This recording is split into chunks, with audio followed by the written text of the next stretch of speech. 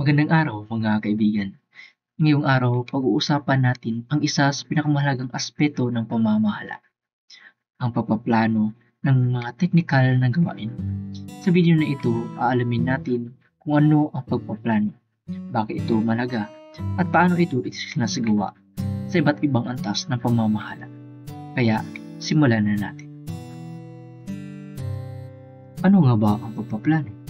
Ayon sa mga eksperto, ang pagpaplano ay isang proseso ng pagtukoy ng mga layunin at mga estratehiya upang makamit ang mga ito. Sabi nga ni Nichols, ito ay tumutukoy sa pagtukoy ng mga uso sa hinaharap at paggawa ng mga hakbang upang makamit ang mga layunin ng organisasyon.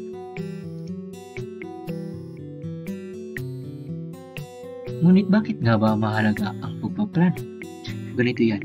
Isipin mo na ikaw ay isang tagapamahala sa isang kumpanya ng konstruksyon. Bigla kang inatasan na kumuha ng 3 bagong empleyado. Kung walang plano, baka gumastos ka ng sobrang mahal, imbis na gumamit ng mas praktikal na paraan. Kapag may maayos na plano, mas maintindihan natin kung paano ipaprioridad ang mga gawain at magagamit ang ating mga pagkukunan ng mas matalino. Nakakabawas din ito ng pagkakamali sa paggawa ng desisyon. May 3 uri rin ng pagpaplano na nakadepende sa antas ng pamamahala.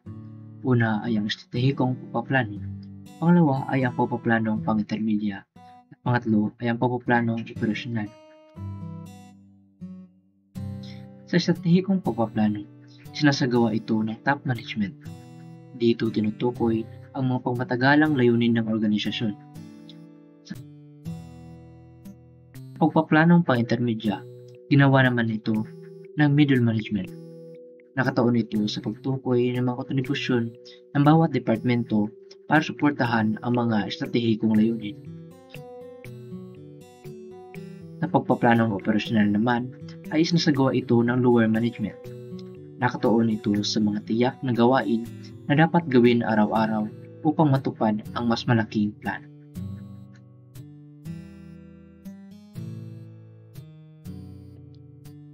Ngayon naman, tatalakayin natin ang proseso ng pagpaplano. Narito ang mga paunahing hakbang. Una, pagtakda ng mga layunin.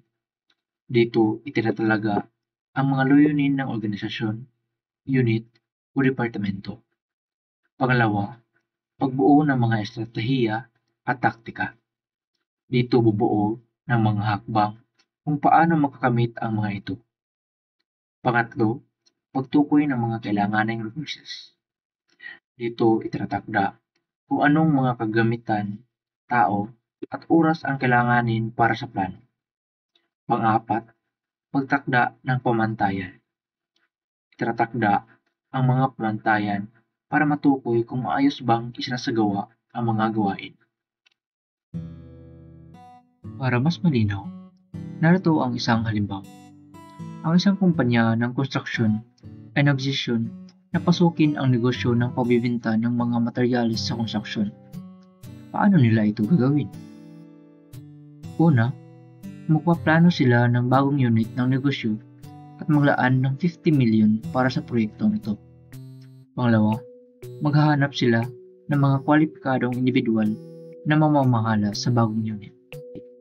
At pangatlo, maglagay sila ng pamantayan tulad ng dapat makabenta ng 1,000 sako ng semento bawat buwan. Kung walang malinaw na plano, maaaring masayang ang pera o oras ng kumpanya.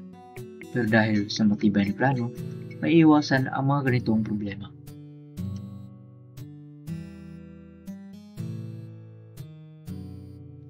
At diyan nagtatapos ang ating diskusyon tungkol sa pagpaplano ng mga teknikal na gawain. Tandaan, mahalaga ang pagpaplano sa bawat antas ng pamamahala. Kung nagustuhan mo ang video na ito, huwag kalimutang i-like, i-share, at mag-subscribe. Ako si Anonymous at nag-iwan ako ng katagang ang tagumpay ay nagsisimula sa isang malinaw na plano. Sabi nga ni Pia Kim, ang buhay ay wither-wither lang. Salamat sa panonood at hanggang sa muli, paalam.